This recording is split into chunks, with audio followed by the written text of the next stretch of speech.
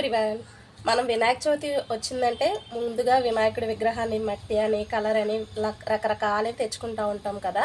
అలాగే పసుపు వినాయకుడిని కూడా చేసుకుంటూ ఉంటాం. మీకు గుర్తుందా, నేను లాస్ట్ ఇయర్ వినాయకుడిని మట్టి వినాయకుడిని తెచ్చుకొని ఆ మట్టి వినాయకుడిని నేను ఇంట్లోనే ఇలా ఈ కుండీలో అయితే కనుక నిమజ్జనం చేసుకున్నాను అనమాట. నిమజ్జనం చేసుకున్నాక దీంట్లో అప్పటి నుంచి మొక్కలు వేయడం స్టార్ట్ చేశాను.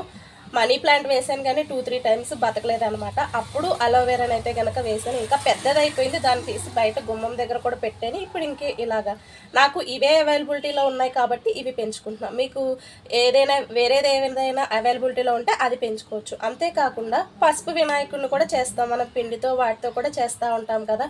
నేను దానికన్నా కూడా ఈ మట్టి వినాయకుడినే సజెస్ట్ చేస్తాను. మనకి మట్టి అవైలబిలిటీలో ఉంటే కనుక మట్టి వినాయకుడిని హ్యాపీగా చేసుకోండి. అది లేనప్పుడు మనం బయట నుంచి మట్టి వినాయకుడిని తెచ్చుకొని ఇలా నిమజ్జనం చేసుకొని వీటిని ఒక మంచి కాస్కి అయితే కనుక ఉపయోగించండి. ఇది ఎన్విరాన్మెంటల్ ఫ్రెండ్లీ కూడా. ఈ